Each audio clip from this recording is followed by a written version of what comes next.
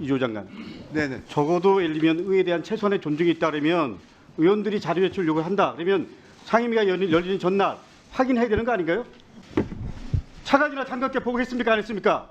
예, 지금 살펴보고 있습니다. 바로 지금 확인해서 살펴보고 있다는 게 말이 됩니까? 이조 장관. 지금 살펴보고 있다는 게 말이 됩니까? 지금 적어도 자료가 들어와야지 자료를 근거로 해서 객관적 얘기를 할 거 아닙니까? 장관 답하시오. 네네. 저 바로 챙기도록 하겠습니다. 네. 다음부터 이런 일이 일어나면 어떻게 할 겁니까? 네, 간혹 적어도 상임위원회가 열리기 전에 예를 들면 예상 질의 그리고 또 예를 들면 자료 요구한 거에 대한 고민 이런 것들을 내부적으로 검토해야 되는 것 그것이 최소한의 의회에 대한 존중 아닙니까? 그렇습니까? 그렇습니까? 네, 저 미진한 부분이 있으면 바로 시정해서 좀 최소한. 민주당이 아니고 여야 다 떠나서 당연히 해야 될 일이죠. 네. 예. 자, 질의하겠습니다. 수능을 5개월 앞둔 시점에서 윤석열 대통령이 이렇게 수능 관련된 메시지를 직접 낸 게 과연 적절했냐? 이 부분에 대해서는 어떻게 생각합니까? 예, 대통령께서는 사실 그 공정 수능에 대해서 수차례 뭐 훨씬 이전부터 말씀. 예, 적절했다, 적절하지 않았다. 이 부분만. 예. 네. 그래서 뭐 아니, 시기는 적절했다, 적절하지 않았다. 예, 한마디. 예. 교육부가 아니, 적절했다, 사실은- 적절하지 않았다. 네, 교육부가 지시를 제대로 그 실천 못한 것이 적절하지 그러니까 않았다고 생각합니다. 그거는 네. 말귀를 잘못 알아들은 이조 장관의 문제고 네. 대통령의 수능 관련된 메시지가 적절했다, 적절하지 않았다. 적절했다고 생각합니다. 적절했다고 생각한다. 예. 우리 이조 장관 소신 오직 대통령님 생각하는 마음은 알겠는데 이렇게 사전 예고제를 한 거는 수능의 신뢰성과 안전성을 담보하기 위해서 그런 겁니다. 그런 거예요, 안 그런가요? 맞습니다. 네. 예, 그런 거죠. 예. 그런 입장에서 보면 그러면 우리 이조 장관 논리되면 대통령 말 한마디면 입장이 바뀌는 것까지 이 4년 예고제가 필요 없는 겁니까?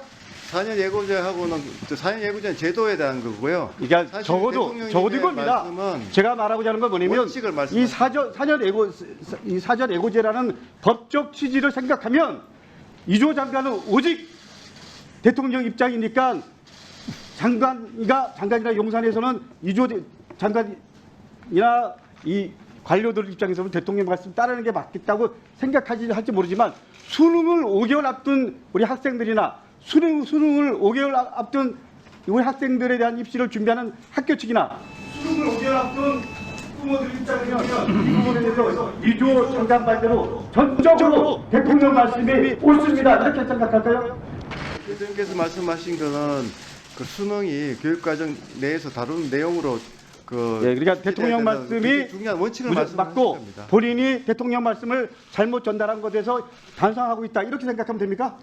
그 원칙을 그러니까 강조하셨음에도 대통령 불구하고 말씀이 옳고 제가 그리고 실천을 대통령 잘 말씀을 못한 것이- 잘못 전달한 내가 반성하고 있다 이렇게 생각하면 되는 거죠? 알았습니다. 네네네. 요즘 잠 잘 주무세요? 네, 잘 잡니다. 네. 이 수험생들하고 학부모들은 요즘 난리인데요. 그 잠이 잘 오십니까? 장관님, 네. 대통령이 무섭습니까? 이 정도 시점에서 주무장관이 대통령께서는 아니 대통령께서는 그게 원칙을 장관 아니에요? 말씀하셨고요. 당연히 원칙에 대해서 실행을 하는 건 장관의 몫입니다. 그러면 네. 공정수능 이것을 지키지 않았다고 국장을 경질할 정도면은 네. 지금까지 살아남을 국장 한 명도 없을 거예요. 그렇지 않죠. 살아남을 예. 평가원장 아무도 없을 거예요. 평가원장이 세상에 예. 모의고사 출제 어렵게 냈다고 사임한 그런 사례가 지난 30년 동안 있었습니까? 잘 지난 아시잖아요. 30년 동안 사실은 이렇게 장관, 자 마무리하겠습니다. 대통령과 장관이 의지를 가지고 이걸 해결하려고 한 적도 없었습니다. 자 그래서 장관님께서는 굉장히 아까 강하게 지시를 했음에도 불구하고 실행이 안 됐기 때문에 인사 조치가 된 겁니다. 장관님께서는 아까 그렇게 네. 말씀하셨어요. 명예를 걸고 내가 이야기를 할 수 있다. 네, 네, 네. 예? 대통령께서 지시를 하셨다. 네, 네. 근데 그 지시라는 게 꼴랑 공정수능 지시하신 거예요. 아니 왜 공정 수능이 왜 꼴랑입니까? 특별한 이야기는 아니지만 굉장히 중요한 원칙이고 그동안 전혀 지켜지지 않았기 때문에 문제가 된 것입니다. 네, 장관님, 그 수능을 불과 5개월 앞둔 이 시국에 대통령의 준비되지 않은 어떤 즉흥적인 발언 때문에 수험생과 학부모들에게 굉장한 교육 정책에 있어서 큰 혼란을 초래했다라고 생각을 하시나요? 아닙니다. 대통령께서는 뭐 평소 지론처럼 이렇게 공정한 수능 얘기를 많이 하셨고요. 특히 이제 3월 달에는 구체적으로 제가 그 6월 모의고사 때 그 대통령의 의지가 실현될 수 있도록 좀 장관님, 모의고사 때부터 저는 당연히 지금 뭐 윤석열 대통령 공정한 수능을 이야기를 할 수는 있지만 모의고사를 앞둔 시점, 수능을 5개월 앞둔 이 시점에 원론적이라고는 하지만 비교과 영역, 교과 영역 바깥에서의 어떤 킬러 문항을 제외해야 된다라는 그 이야기가 수험생들의 입장에서는 물수능으로 가는 거 아니냐, 변별력이 떨어지는 것 아니냐라는 그런 오해를 받을 수밖에 없는 겁니다. 네, 그 부분에 대해서는 저는 뭐 교육부의 수장으로서 교육부에 큰 책임이 있다고 생각합니다. 대통령께서 여러 번 지시하셨음에도 불구하고 아닙니다. 예. 저희가 6월 모의고사 때 사실은 그 확실한 변화를 주었으면 장관님, 그거는 좀 나중에 학생들이 덜 곤란했을 텐데 저희가 장관님, 그 부분을 그건 못했던 나중에 것이고 따지겠습니다. 네. 예. 지금 그 킬러 문항 제외와 관련된 어떤 예시를 공개하면서 대책을 발표를 했는데 네네. 대책 발표하고 오늘 교육부의 평가는 어떻습니까? 네, 사실 그 학부모가 그걸 보면서 아니면은 뭐 수험생이 그걸 보면서 교육부 정책에 신뢰를 표할 거라고 생각을 하십니까? 네, 저희가 두 가지를 같이 얘기를 했습니다. 첫째는 이런 킬러 문항들이 지금 한 영역에 한두 개입니다. 그러니까 한 시험에 한 7개, 8개이기 때문에 이걸 핀셋 제거를 하겠다. 그래서 절대 동요하실 필요 없고 실제로 킬러 문항이라는 것이 우리가 확인을 해보니까 이건 진짜 아이들이 못 푸는 문제입니다. 공교육 내에서 절대 풀 수 없는 문제이기 때문에 안심하시라. 오히려 이게 우리가 공교육을 강화하고 자, 공감을 합니다, 장관님. 네네네. 그런데 이 킬러 문항을 제외하면서 또 그러면서 수능의 변별력을 유지해야 되는 거 아니겠습니까? 그런데 지금 어제 교육부가 공개한 그 킬러 문항 예시를 보게 되면 많은 전문가들이 공감하기가 어렵다는 겁니다. 제가 좀 답변 좀 드려도 되겠습니까? 사실 그 대통령께서 말씀하신 것은 왔다 갔다 하신 게 아니고 항상 그 원칙을 말씀을 하셨고요. 제가 죄송합니다만 교육부가 그 원칙을 실행을 6개월 모의고사에서 했었어야 되는데 그 부분이 안 됐기 때문에 자, 그러면 네. 안 했다라고 했는데 네네. 15일 날 보고 사항이 아니었다라고 보도가 되었습니다. 근데 지금 장관님 오늘 나오셔서 보고했다고 말씀하셨죠. 6월 모의고사 평가가 대통령 지시대로 잘못되었다라는 겁니까? 어떻게 보고했습니까? 지난번에 보고를 드리는 세 가지 주요 정책 그 현안 보고 사항은 아니었지만 보고 드릴 때 제가 6월 모의고사가 안타깝게도 저 계획대로 되지 못했습니다 하는 말씀을 서면 보고 드렸습니다. 없었죠? 그게 지금 저 서면으로 보고를 하기보다는 구두로 보고를 하고 거기에 따라 또 대응을 하는 그런 상황이었습니다. 그래서 그게 납득이 안 간다는 겁니다. 뭡니까? 네, 제가 말씀 평가의 근거를 묻는 제가 겁니다. 말씀 좀 평가의 근거. 드려도 되겠습니까? 예. 대통령께서 그 수능의 공정성에 대해서 여러 번 아니 그 말씀하셨음에도 같은 말이고요. 제가 말씀드린 6월 모의고사 평가가 네, 지금 대통령 지시대로 안 됐다라고 하는 그 구체적 근거, 평가의 근거가 뭐냐고 묻는 겁니다. 네, 그걸 답변 드리기 위해서 제가 말씀을 드리는 겁니다. 그 대통령께서는 계속 그 수능의 공정성에 대해서 말씀을 드렸고 제가 이제 그 거기에 대해서 이제 실행을 하는 입장에서 6월 모의고사에서부터 분명히 그런 공정성이 실현되도록 하겠습니다 하고 말씀을 드렸고요. 그거를 지시를 국장한테 해서 6월 모의고사가 실시가 됐고 6월 모의고사가 실시된 이후에 저희들이 회의를 소집해서 과연 이게 그 대통령의 의지 또 장관의 지시대로 되느냐를 내부에서 수기를 했고 그 과정에서 전혀 그런 의지와 관계없이 그 불구하고 완전히 결과가 실망스럽게 나왔다는 말을 들었습니다. 보고를 들었습니다. 그래서 그것 때문에 그 국장이 경질이 된 것입니다. 네, 의원님께서 계속 지금 대통령의 뭐 신중하지 못한 발언이라고 말씀을 하시는데요.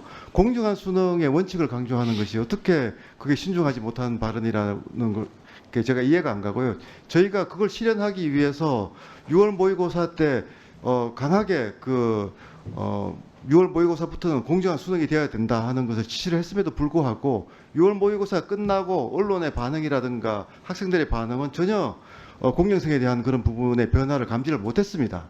그거는 무슨 회의를 통해서나 무슨 보고서를 통해서가 아니고 일반적인 사안입니다. 그리고 제가 또 장관으로서 판단을 해야 되는 사안이고요.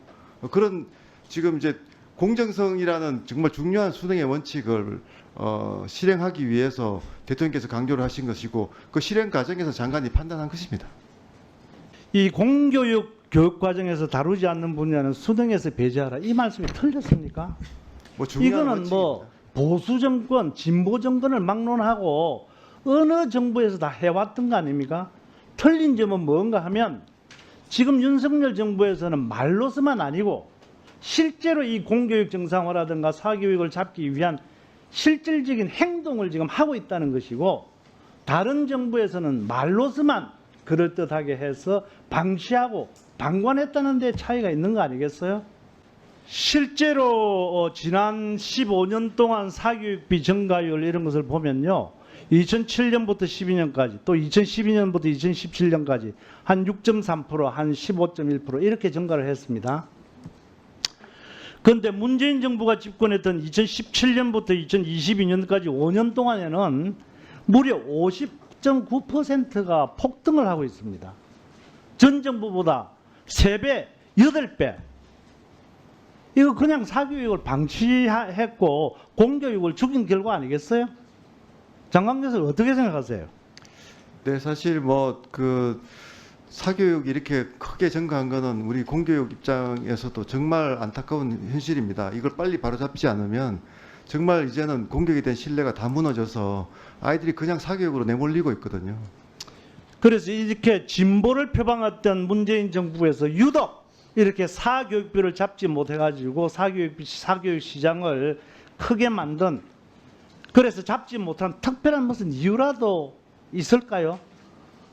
전문가시고 교육 현장을 잘 아시니까 혹시 아시나 해서 제가 여쭤보는 건데요. 최근에 언론 보도를 보면 과거 80년대 이 반미를 외쳤던 운동권 출신들이 사교육 학원 시장에 뛰어들었다고 합니다. 결국 이제 여의도까지도 진출을 하고 지금도 사교육 시장의 큰 손들 중에서 그런 사람들이 많다고 합니다. 이런 사람들이 있기 때문에 지난 5년 동안의 문재인 정부에서 사교육 시장이 방만하게 그래 커져가는 것에 대해서도 손대지 못했던 거 아닌가, 이런 의심을 할 수 있는 거 아니겠어요? 장관님, 네네. 저는 오늘 좀 수능과 수험생에 대한 우리 정치 그리고 우리 사회 기성세대의 책임에 대해서 조금 말씀을 좀 드리려고 해요.